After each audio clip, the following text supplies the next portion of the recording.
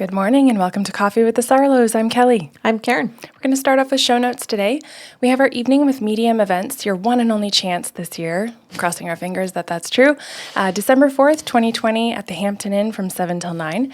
Tickets are on sale at the website by sarlo.com. And please know that if you do go ahead and purchase those and we need to cancel the event due to COVID, there will be no risk for you. Your purchase will be refunded in full. Right. We have a second podcast series called Sips of Sanity. Those are 10 to 15-minute shows. There's a series of 5. They run the first week of every single month. They're on emotional and spiritual intelligence, and they're just full of tools for you. The very first show is available at the website by sarlo.com, and the remaining 4 shows that follow up that are available at the website patreon.com/by Sarlo. Good. Now, we are also open for business throughout COVID. We are not seeing clients in person, and that's something that will be indefinite right now, but we will certainly keep you posted when that changes. Having said that, we are doing sessions for everyone all over the world via Skype, FaceTime, telephone, Zoom, and WhatsApp. You can submit a request through the website, or you can email us at info@bysarlo.com to set that up. Gift certificates are also available. That can be sent, like an e-transfer sent that way, and we can give you an e-certificate. Too many E's. Sorry, that was it's just a morning, you know? Anyway, everything's accessible to you. You don't have to wait for in-person or us to quote-unquote open up again. We are here and happy to provide our services for people.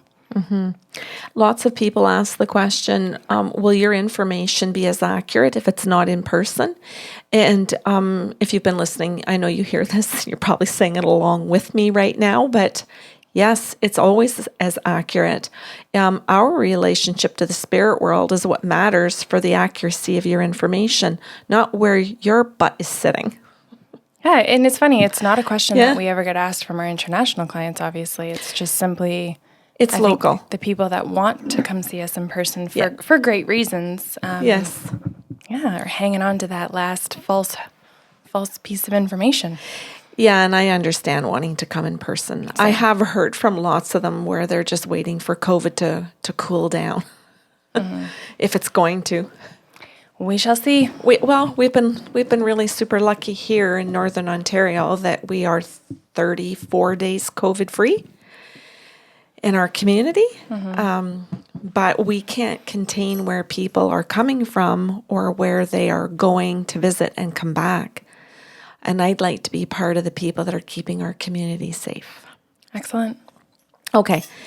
I have a wonderful plan for our show today. Okay. And it's just going to go back and forth instead of a client story. It's going to be about remote viewing. Back and forth information-wise or between you and I? Between you and I. Oh, okay. This is... I am wildly unprepared for this. Yes, you are. Usually the way I like to do shows. That's right. And treatments. Yeah. Very true. So what I've done is I have actually quite a lot of notes. So what I did was I researched some documentaries and I watched them on remote viewing. So I have a little bit of information that goes with that, but not too much because anybody can sit down and watch a documentary on remote viewing, but I've watched some cases. I've seen what's happened to some other people who remote view, particularly for certain governments in this world. And, well, they don't end up living. No, it's fucking terrifying. Yeah, they end up being murdered. So anyway, what I did was I just thought on a lighter note than being murdered. So anyway. Yeah, I was just thinking about that. How do I move to a lighter topic? I just thought you and I could discuss remote viewing versus what I watched in the documentaries where the scientists had full control of the documentary. They didn't actually allow the remote viewers to discuss it or to share what their gifts were or how they worked. It's so ironic because I feel like that's what's happening to the scientists in the States right now. Okay. We're not going to touch that. No, I just thought, oh, shit. I don't even know where to go with that. It's just all not right. But every time I watched a documentary, I wanted to hear the remote viewers speak. And somehow the scientists felt that it was their show and their documentary about what we do. And I thought, well, you know what? Then maybe it's a good idea for Kelly and I just to sit down and talk about all of these different things within remote viewing of what it is, why we do it, how it's worked, in comparison to some of the remote viewers that people see but don't get to hear. So they get to see them sitting at a desk with a machine in front of them, and the scientist explains it, and the remote viewer isn't allowed to say whether they think the testing is even accurate or not, or representative of their gifts or limiting in their gifts. You don't hear from them. And you and I are both remote viewers, and we do it for multiple reasons. And in a lot of the documentaries I saw, it was for one reason, and that was to help the American government or the Russian government or whatever it was, Chinese. I watched different ones. But it was all in relation to, I'm going to remote view where they're holding somebody or where they have information, or I'm going to draw a location so that the military can bomb it or can get in and find the person they're looking for and kill them. So this is on a totally different note. So if somebody's out there listening and thinking, wow, I'd like to know about remote viewing, but would it ever be nice just to hear a story where they found a missing person they didn't kill? We found a non-missing person last week in the show. No one died. Yes. Or a missing... You have to listen to that to really get the joke. Yeah. Or a missing pet. Yeah. And all of the other reasons that we actually use remote viewing for people, for clients, and what it's like for us. So and Kelly, like, this is sporadic. Like, look, I've got 2 pages of notes based on what I watched in the documentary versus what I thought was missing in these documentaries. So for anybody who's brand new to our show, Coffee with the Sarlos, and they're listening to it today, welcome to the show. This is simply as 2 remote viewers who are also mediums, medical intuitives, psychics, energy healers, life coach, psychology background, nutritional background. We do so many other things, shamans. So when people are going to listen to this and go, oh, that's from a different vantage point. And an unfiltered one. Yes. Which is really nice. And some people might say, well, no, Kelly edits the show. Well, yeah, but if I know that there's a truth that lies in here, then I'm not going to edit it out. Right. There's no producer or scientist behind this podcast today. So that's a really good thing to point out, is that it is completely done by us. All of the content is mine. So coming from the space of that, I've done some research as to how this has been presented. And then that both of us are remote viewers for many years. And that this is our experience. We're not talking about any other people with these gifts. We use all 6 of the psychic senses. So smelling, tasting, seeing, hearing, feeling, and inner knowing, as well as mere touch synesthesia. So we use combinations of many gifts and shamanism to be used in conjunction with the remote viewing. But I wanted to begin this by saying as well, we're mother-daughter. And that some people might just think, oh, I wonder if these are 2 friends or these, like, what's the relation? So as well, this is family. And I do realize that some people might be curious and think, well, did they have grandparents? Did they have great-grandparents? Like, is this genetic? Is this... Well, I would say it must be genetic to some degree if they're already watching a mom and daughter.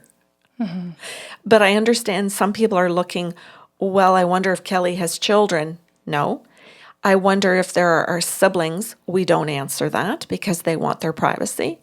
And if there are people who remote viewed in their ancestors. And on my side of the family, I can't answer that because I don't know it.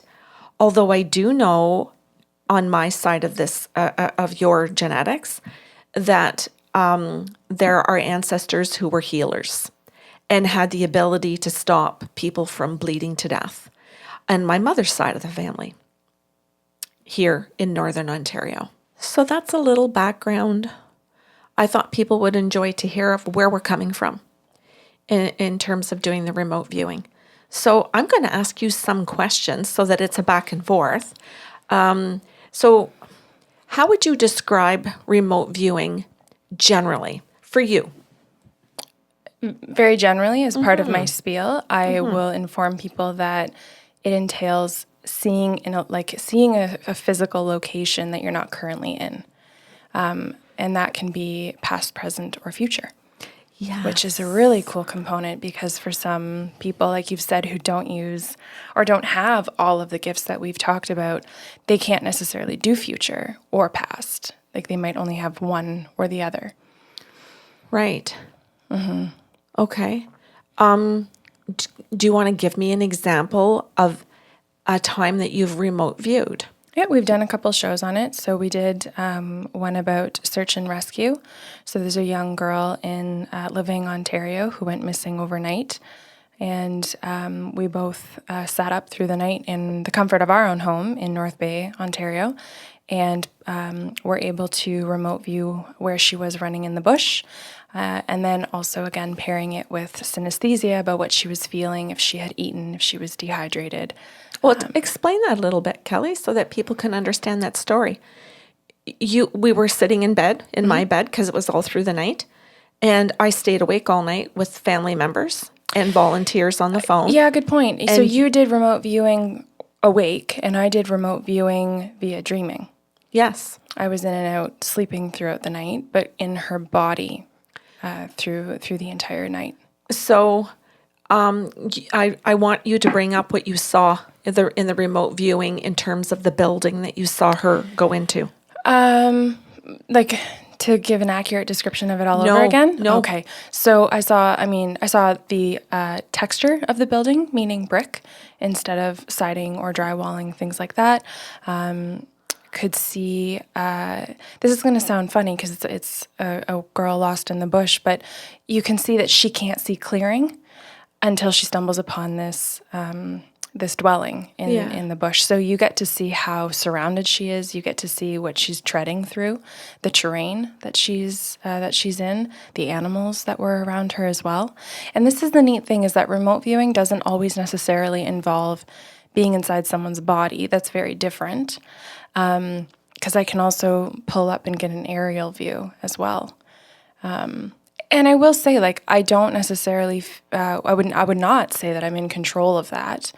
The guides give you what you're allowed to see. Okay, let's go back. So you saw her in a building.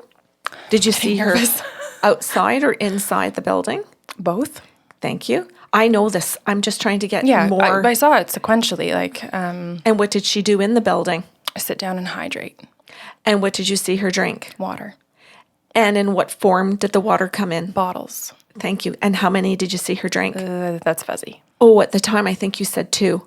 Yeah, I would. That's what popped into my head, but I don't know the accuracy of that now. But you did at the time. Yeah. And did the young girl confirm that for you when they found her? I believe so. She did. Yeah, it's a blur. I can tell you that she did, because when we met her in Sturgeon. Yeah. In Sturgeon Falls, we asked her.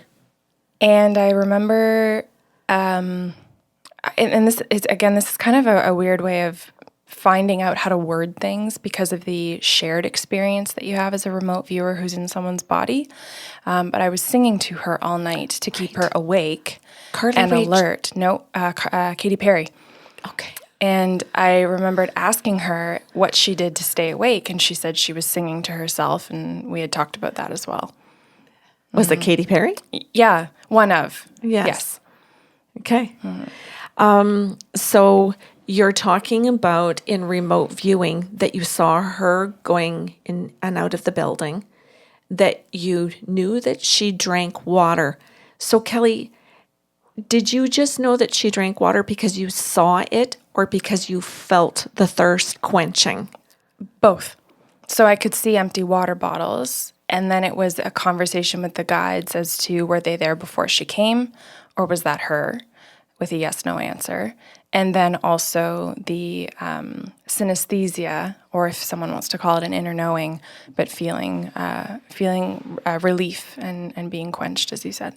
Well, it wouldn't be just an inner knowing if it's the synesthesia, because with the synesthesia, you would feel the change in the body.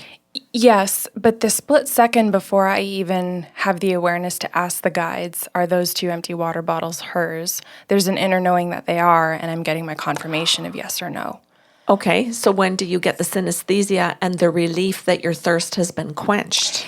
It's somewhere in between and just before the yes. There you go. And I just need the confirmation for it. Right. Okay. Good questions. I remember that night. I remember when the firefighters called, when I was talking to them on the phone, and they were walking through the bush, and I could smell poo.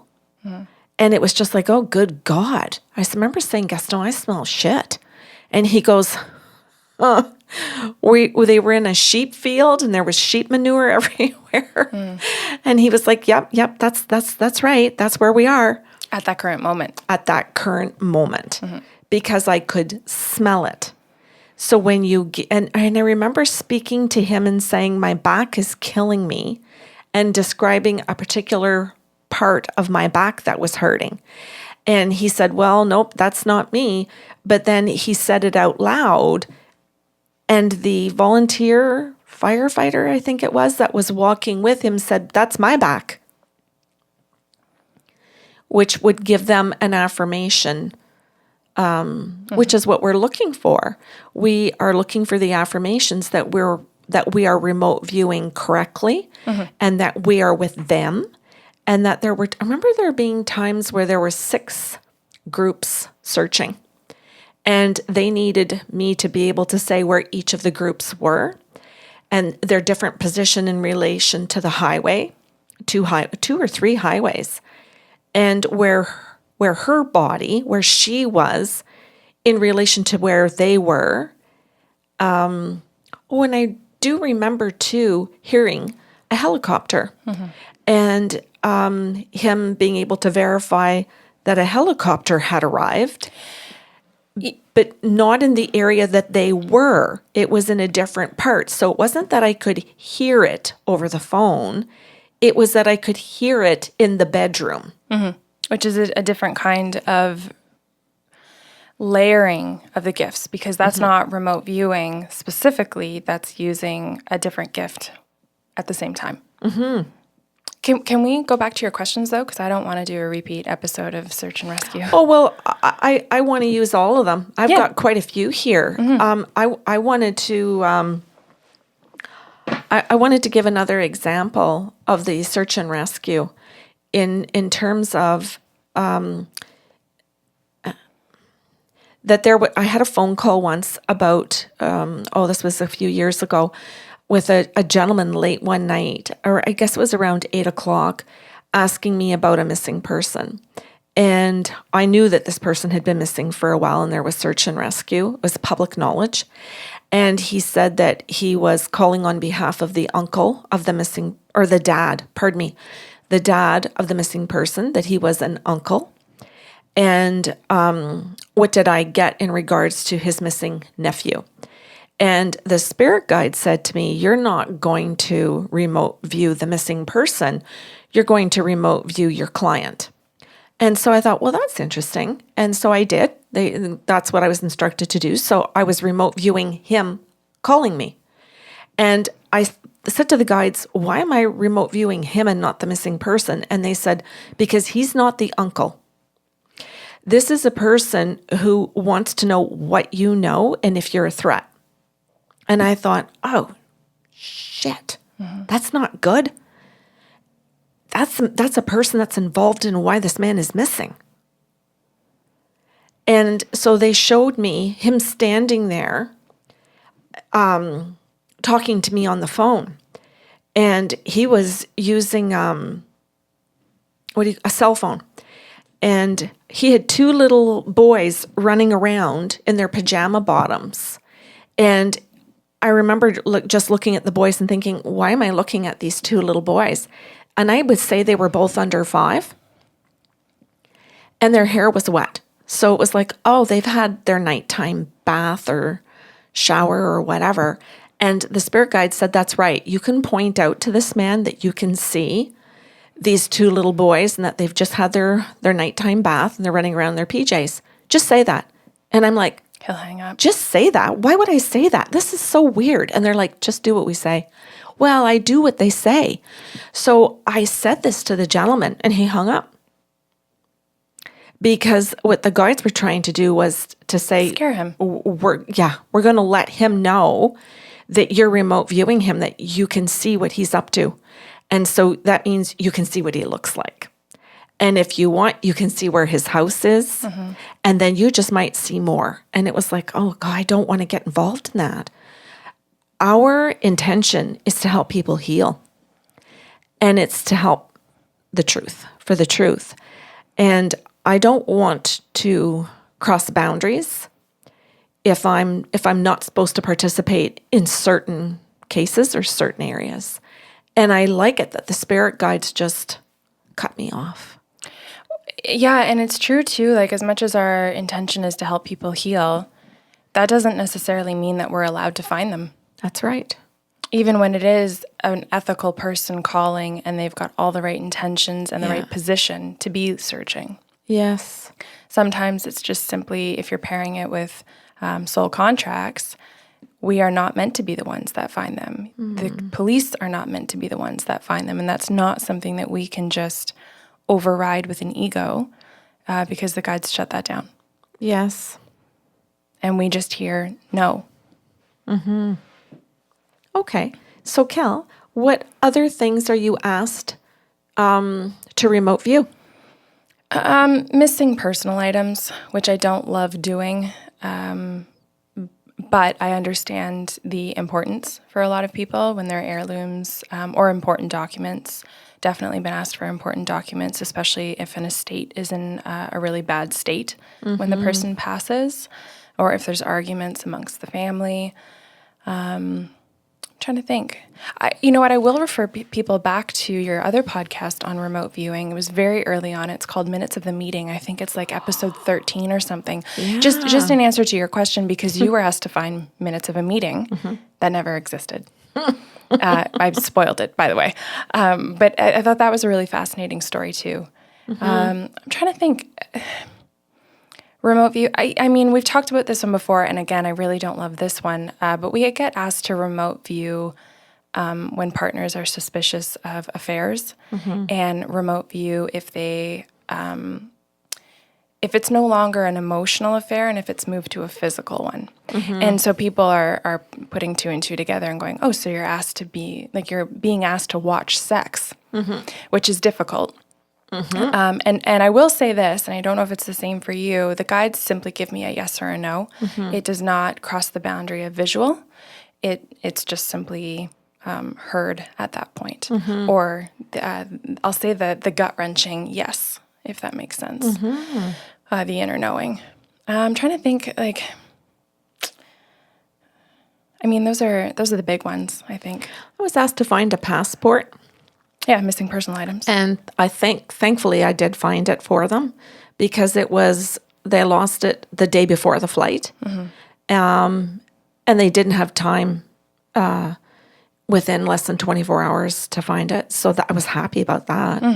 I've also been asked, I've gone to a funeral where the person that had crossed over came up to me during the wake at the funeral home and told me where all his financial papers were and that he had misfiled them in the garage. So the family, his spouse, had been looking for them in the right place, but he had put, like if it was 2020, he had put them like in a 2015 folder. So you wouldn't see it unless you actually looked at the dates on the pages within the file. And this was just how his brain wasn't working properly, but he had misfiled all of their financial papers. And that she had to be told that they were in the wrong file folders, but she was in the right area. And I just remember her level of relief at the wake, that she could then just go, oh my God, because she was so stressed about it. And so her brain was so focused on the stress of not finding the financial stuff that she really felt like she just couldn't be present for the funeral and the wake. Because what if I can't pay for what's happening right now? Yeah. Or income taxes and legal papers and life insurance policies and like there. So anyway, it was tremendous that at that time when she said where, his spirit was there to answer the questions. So medium came in handy in being able to talk to dead people, to be able to say, tell me where it is. And then the remote viewing so that I could actually remote view it and go, okay, this is where he's saying, but when I actually look, now I can see. He says in the garage in the file folder, but if I remote view and look at it, it's in the wrong folder. I've also been asked to remote view houses in the buying process. Right. Oh, that's asked a lot. Yeah, and that one's actually fairly fun. And I don't know why. Perhaps because I have no background in it. It's just completely fascinating. I like describing the property and what's on it and the layout of the house. Yes, I've been asked to be more of an inspection. Oh, yes, I get it. Is there plumbing problems? Yeah. Is there electrical? Is there water? Will there be water issues? Yep. So when you remote view, can you move around? Can you see the location or the person or whatever you're remote viewing and see it from different perspectives? Or are you stuck? You've asked that question essentially, or I've answered that question. Because I've talked about being in her body. I've talked about being in an aerial view. There's a lot of motion occurring. Okay. And can you come up and see it and come down and see it? I'm just asking because... That's what aerial means. Right. But aerial up high and still aerial, but just at a lower level. So you can vary your... How do you do that? Not a clue. Okay. That fridge magnet, man. I have no idea what I'm doing. Okay. I mean, I ask the guides, okay, can I shift? That's what I was trying to get to. But I don't feel in control of that. Right. But thank you for answering, because you ended up saying what I was hoping that you were going to get to. But sometimes I don't. Okay. Sometimes the movement happens and you're just witnessing like an IMAX. Yes. Almost. Yeah. Okay. But what I'm trying to point out for the guides is that sometimes you have control and sometimes you don't. The listeners? You're pointing out for the listeners? What did I say? The guides. Yeah, they know. Above all else, they know. I'm sorry, we're trying to get you to talk about the guides. Alicia Fournier. Kelly corrects Karen. Bingo square. Okay. True. How do I word this? I'm trying to get you to describe that the guides are there to help you remote view. So if you have questions or the client has questions or you're trying to figure it out, we have help. Oh, yeah. We don't just remote view and think we're doing it by ourselves. And this is completely within our own ability. I feel like we've illustrated that every morning we wake up and go, well, I hope they're still there. Okay. I hope the gifts are still there. Do you have a story or an example you'd like to share in terms or about remote viewing for a pet? Well, I mean, paired with medical intuitive, sure. In particular, this client was asking whether or not it was time to put the cat down. And he showed me his belly and that it had been distended and that he was going to lose his fur there. So he was helping me the cat and other guides were helping me remote view in the future. And so this client in particular just said, okay, and took the information and didn't have anything to do with it. Just had to accept it at that point and called me later and said, I want you to know that in order to put him down, they had to shave his belly to insert the needle properly. And so that's just one instance of an animal. I've remote viewed a stroke and an overdose. That's a show all on its own. Yeah. And I mean, you're seeing future and mixed with future and current is the example that I gave of the houses too. Right. I'd like to give an example of a client that called and said, Should I be saying, and what about you? Is this, you can. Do you want that? Otherwise, I'm going to also just throw it in Okay. anyway. Yeah, sorry. It would look less awkward if you did. If you could just be a fucking better host, Kelly. It's okay. We're going to I'm on it. We're going to work it out. A client called and asked about her dog and just said 5 minutes on my dog's health, whatever you might get. If you get nothing, that's fine. And the dog showed, no, pardon me. The dog had said to me before the session started, I was opening up the windows summertime in the house and trying to get a breeze through. And I heard, I really do have to find out from the chiropractor why my neck keeps going out. And I thought, oh, I better call my chiropractor. I thought it was for me. So I called the chiropractor and I made an appointment for the next day. And then when the client called, she asked this medical intuitive question. I still didn't think it was pertaining to her.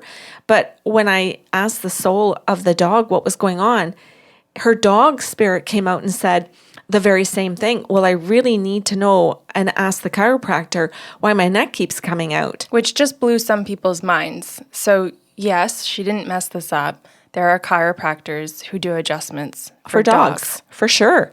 And so she said, well, could you tell me what's going on? So I said, well, sure, let me remote view.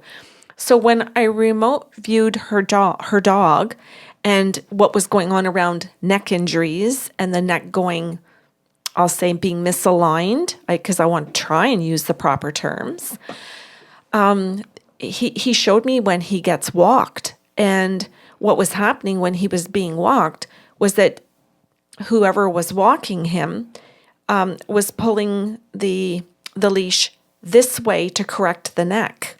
So if you're just listening, sideways. So she would pull sideways, like towards her, which meant on an angle. And so he might go to the chiropractor on Wednesday. She'd walk him Wednesday night, yank 15 times on that every time, to make a correction. And his neck was right back out that night. And so she would notice the very next morning that she was back at square one, like she had to go to the chiropractor every day.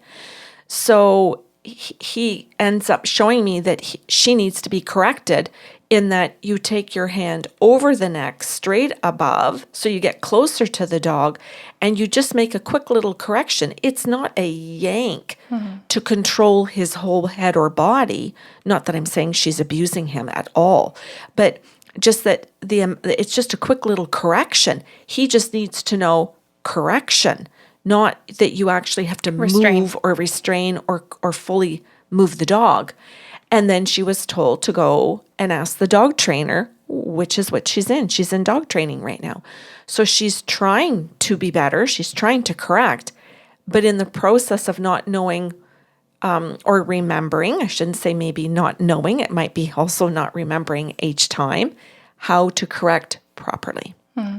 And so the remote viewing was able to help make that note correction, because otherwise she could still keep going and having the dog addressed and fixed, but it was going to be a perpetual problem. So remote viewing in that particular instance helped modify a behavior and understand it.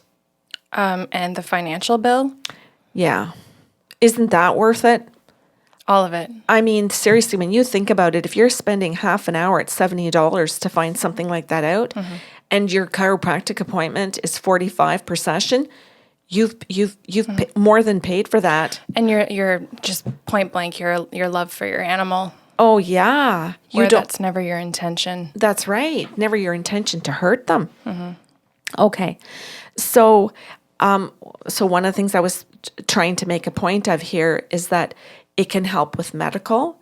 It can help with seeing an event to explain something, that we have help in doing it. It's not just where we think we're the ones that control these gifts. We're well aware that there's a whole team on the other side. And I like the team. I value the fact that sometimes when I say to them, can I see this? Or can I remote view that? And they stand in front of me and go, no. then my simple answer is, okay, can you explain? Are there reasons why I can't? Yes, this is none of this client's business. She's not married to him anymore. If she's asking, is he sleeping with somebody? That was one that was a big one for me, was how many women were asking if their exes were having sex and with who. And they wanted to know who and where. And I remember one woman wanting to catch her husband having an affair. And she said to me, what's her address? And what time will they be having sex? And the guides just looked at me and went, not happening. We're not doing that. And I thought, oh, thank God I don't, because I don't want to either. Here's the number for a psychiatrist. Yeah. And if you need that much information and that much proof, as you're saying, you need some other help here. And maybe she needs an investigator. Maybe she needs, for whatever reason, maybe she needs a private investigator. Maybe there's legalities to all of this. I don't know. But I'm just making the point that when the guides say no, I have no access. It's just not there for me. And I like that. Okay, here's another one. Can the remote viewing happen randomly for you? Yep. So describe that. Like if you're just out and we're out for a walk and somebody stops us at the waterfront and says, hey, Kelly, how are you? I want you to meet my partner or something. Do you just get random information? Yeah, and they don't have to be in front of me either. Like I'll get glimpses of what you're doing in the day when I'm over at my place or even just working. And it happens the same way it does in sessions. It's just kind of like a little flash of a movie screen and we get to observe it, catch a few things about it, and then it's gone. When you're asking about that specific situation, though, the majority of the time, it's not remote viewing for me. If I'm introduced to someone, it's just like a complete download of it's like they size them up right there. You've got their whole personality right in front of you before they even open their mouth or reach out to shake your hand. And if any of you remember, we used to do that. Yeah. Shake hands.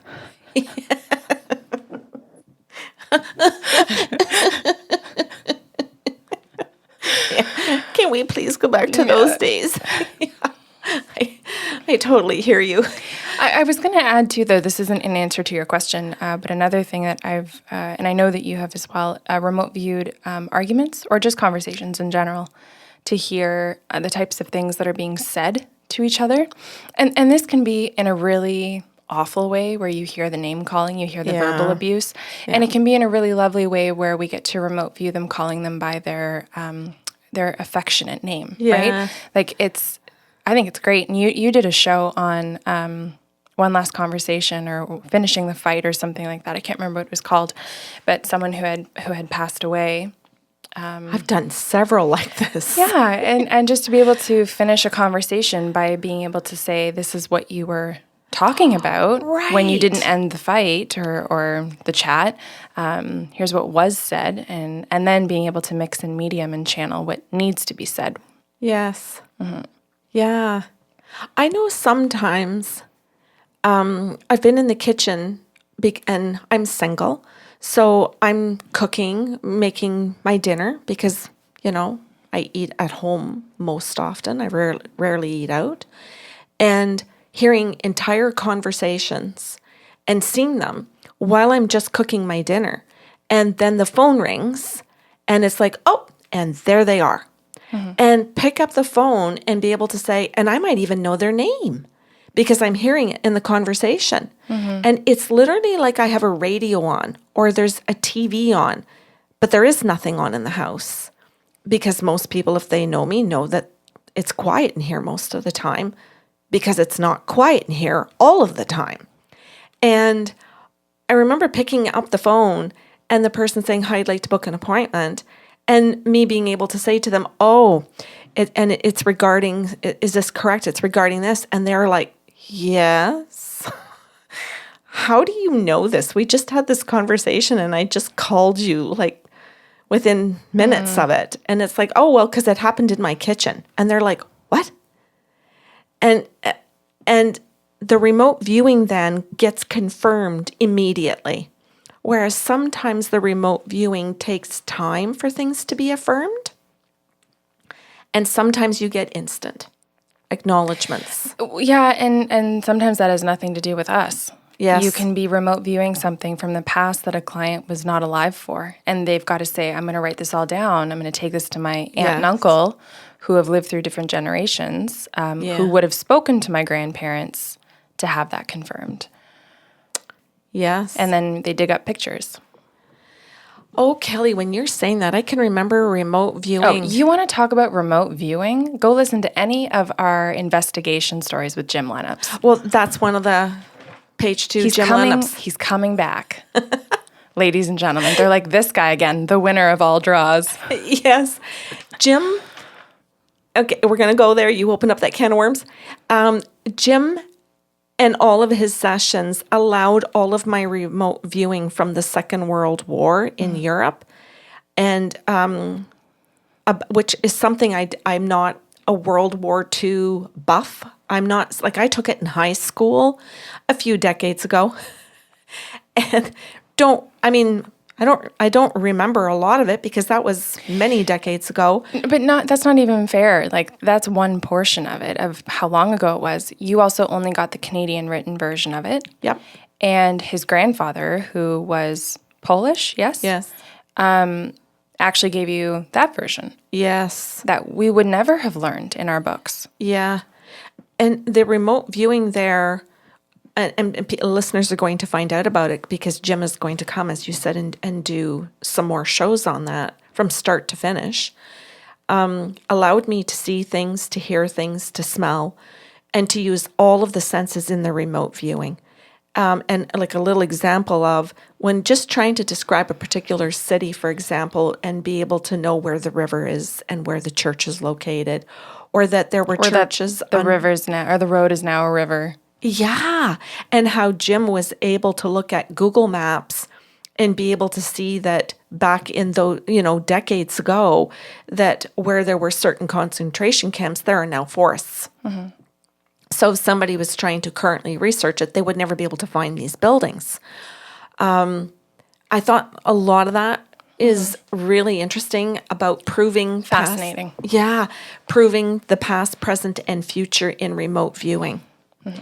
Do you find that you... I love mimicking you. I'm sorry. Do you find... Okay. Go ahead. Bingo card. Yeah, actually, that needs to be on there.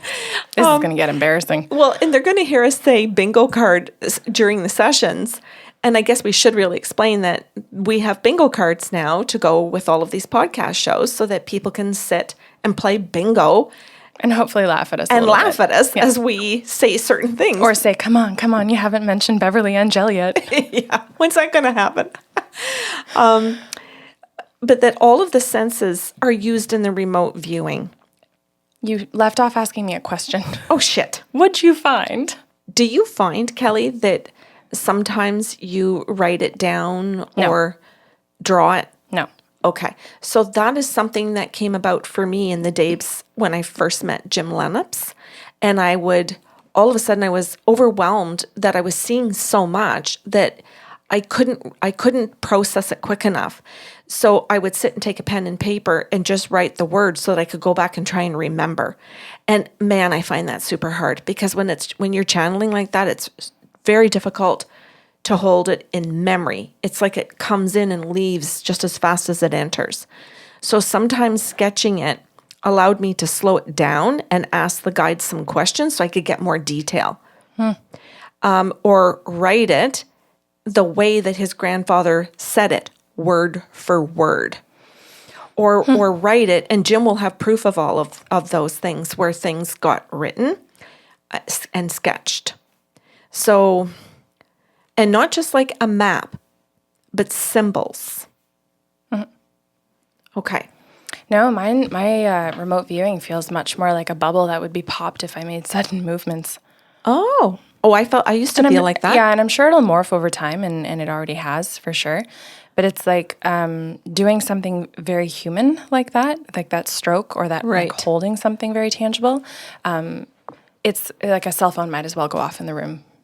Oh. For my brain to just jostle. Right. And then it switches to audio again. because I can't hold the image. You know, I have to say something at this point about the remote viewing. Jim, being a retired military police officer, I think he knew anyway, we could ask him that in a podcast, when to be quiet. He would just see that I was working, meaning that I was focusing or remote viewing, and he'd be quiet. And then he would just sit and wait. Sometimes he didn't even flinch a muscle. I swear to God, he just froze in his chair. And whatever I was seeing and in all of the senses using, and sometimes I'd have to say, Jim, I can't see a thing, but I can feel everything. Or I can't see anything, but I can smell it all. And it might come to pass to describe that I couldn't see it all because it was occurring at night, or it was occurring underground. You know, I remember one of them where I had to go underground, and it was a church. And I remembered thinking, what do you mean there are churches underground? That makes no sense. This remote viewing must be wrong. And Jim went, no, there are churches built in the ground. And I was like, what? Well, and churches themselves, they're basements. They're whatever they kept down there, as we're now finding out. Yes. Yeah. And yes. So it was interesting.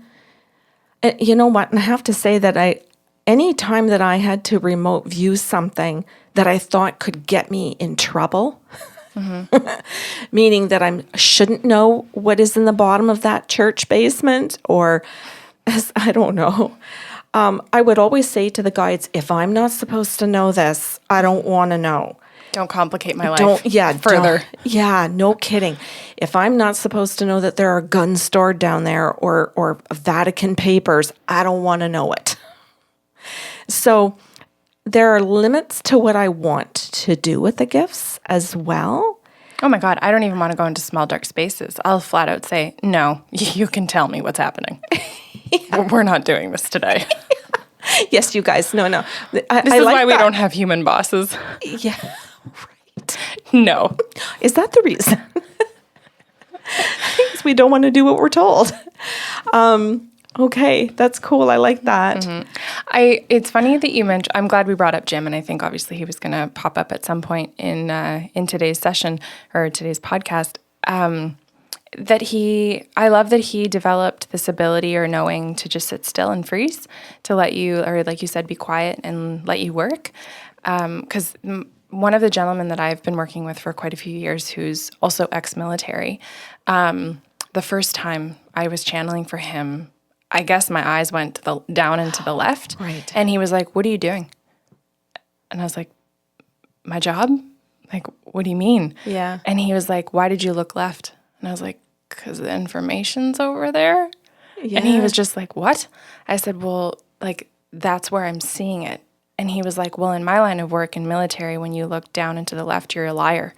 And I said, "Well, this is going to be uncomfortable for both of us then, because the information's there. Do you want me to go get it or not?" And he had to learn as well that this is not linear. Yeah. This isn't even one-dimensional. Yeah. Yes. No kidding. Do you want me to remote view this or not? Like, I think too, Kelly, that it pushed me past the things I thought a human could do. So I remember being asked to find a missing person in Ottawa, where I literally was running through the walls of the Parliament buildings. And he worked there. So I ended up discovering that the reason I was in these buildings was because that's where he had his job. And then that one of the questions was, if you're in the walls, what do they look like? And I remember describing what was inside the structure of the walls in Parliament in Canada, in Ottawa, and while I'm in North Bay, same province, but different city, and describing what's in the walls. I have no idea what goes into a wall. I'm not a drywaller. I'm not handy. blanket statement. Yeah, let's go with that. And yet I was describing the colors and the textures to an architect who actually is an architect in Ottawa at Parliament. Like, how does that happen? And that he was able to confirm for me that I was right because of the years that those particular buildings were built. Cool. It was so interesting to be able to provide people with information that we know nothing about. Yeah. Just like medical intuitive, we're not doctors or surgeons to know something. So how are we doing? I'm just asking you, like, I don't know. Have I become a better host?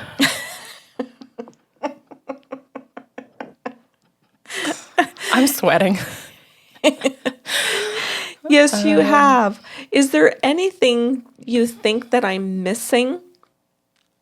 I have others Pertaining to the podcast. pertaining to the podcast on remote viewing. I have more stories about them. Can I tell one story just while you're thinking? Would that make me a good host? Sure. Take it away. I remember being asked to find a missing 18-year-old daughter from a woman who had called in. It was wintertime, and this is northern Canada, so that is not a good thing. And she said, "Where's my daughter?" And I asked the guides if she was actually a missing person, and not just a teenager that just was out at a party. Yeah. And Dead or alive. Yeah. And the guide said alive. And they showed me that she was in a car with a boyfriend. And so again, is that really a missing person? So I'm curious here. And they said, well, it is to the mom. And she has reported her and the police are looking for her. So yes, she's a missing person. And it's been 3 days. So it's a yes.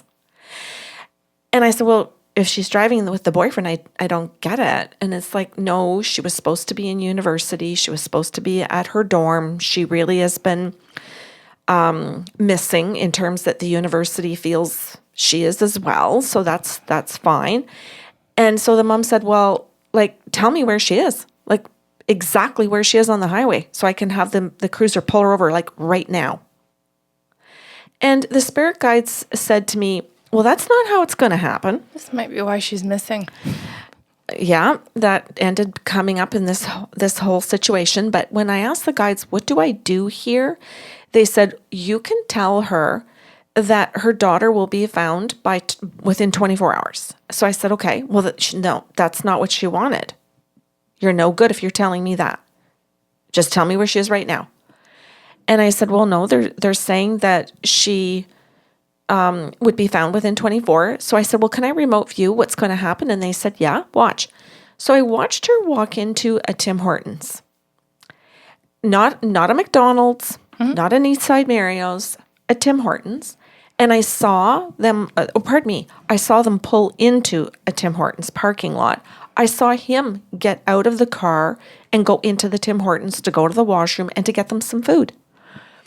And I saw a police cruiser pull up into the parking lot, not right beside her, but just pull into the parking lot. And the two officers just sitting in the cruiser before they got in. Maybe they were doing some paperwork. I can't remember. They were just sitting in the cruiser. And I saw her open the door and walk over to the cruiser and knock on it. And I saw the officer roll down the window. And I heard her say, I am a missing person. I took off. I'm in Winnipeg and I live in Ontario. And I want to go home. And I have no money. And my boyfriend's in the Tim Hortons. And he hasn't hurt me and he hasn't abducted me. But he's not going back to Ontario. And I just want to go home and I don't know what to do. Aww. And the police officer said, hop in. And who's your boyfriend? And so they're not going to believe her just yet if he hasn't hurt her. They're going to go in and he's going to the police station. And he hasn't done anything wrong because she left of her own free will, but that was still going to be investigated. And so I saw one police officer stay in the car with her. One police officer goes into the Tim Hortons with the description or waits till he goes to the car. I think he walks towards the door and watches where he's going and then approaches the vehicle and says, you're going to come, whatever. And sure enough, within 24 hours, she was back home. It wasn't just that she was found, she was back home. They actually made arrangements for her to go back. So it did play out the way the spirit world said, not the way the mom said she wanted it to go down. And I'm going to call a psychic and I'm going to make it happen my way. So she wanted enough control over me and the gifts to get what she wanted in it.